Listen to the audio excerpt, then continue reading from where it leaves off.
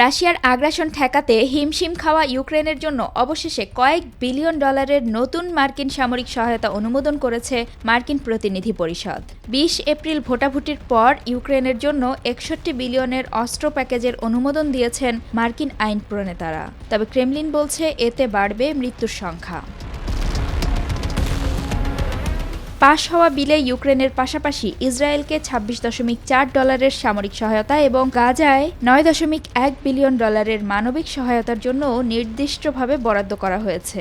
এছাড়া এই প্যাকেজে এশিয়া প্রশান্ত মহাসাগরীয় অঞ্চলের মিত্রদের জন্য বিশেষত তাইওয়ানের জন্য $৮.১ বিলিয়ন তহবিল অন্তর্ভুক্ত রয়েছে, যার লক্ষ্য কমিউনিস্ট চীনের প্রভাব মোকাবেলায় তাদের ক্ষমতা বাড়ানো।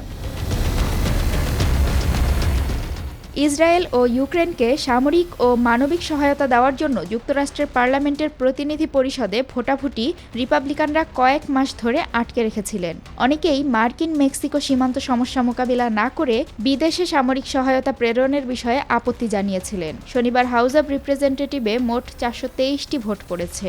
এর মধ্যে 210 জন ডেমোক্র্যাট এবং 101 জন রিপাবলিকান বিলটির পক্ষে ভোট দিয়েছেন এবং 112 জন রিপাবলিকান বিলটির বিপক্ষে ভোট দিয়েছেন, যা ইউক্রেনের জন্য সামরিক সহায়তা প্যাকেজ নিয়ে রিপাবলিকান দলের উচ্চ স্তরের মধ্যে বিভাজনের ইঙ্গিত দেয়। ইউক্রেনের প্রেসিডেন্ট ভ্লাদিমির জেলেনস্কি কৃতজ্ঞতা প্রকাশ করে বলেছেন, যতক্ষণ আমেরিকা এটি রক্ষার সহায়তা করবে ততক্ষণ বিশ্বব্যাপী গণতন্ত্র এবং স্বাধীনতার তাৎপর্য থাকবে এবং কখনো ব্যর্থ হবে না।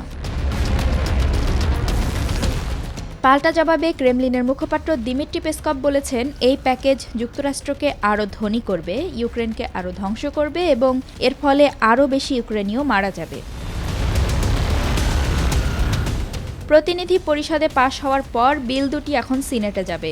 সেখানে বিল দুটি পাশ করার জন্য সিনেটরদের প্রতি আহ্বান জানিয়েছেন বাইডেন। সবশেষে মার্কিন প্রেসিডেন্ট সই করার পর আইনে পরিণত হবে বিলটি।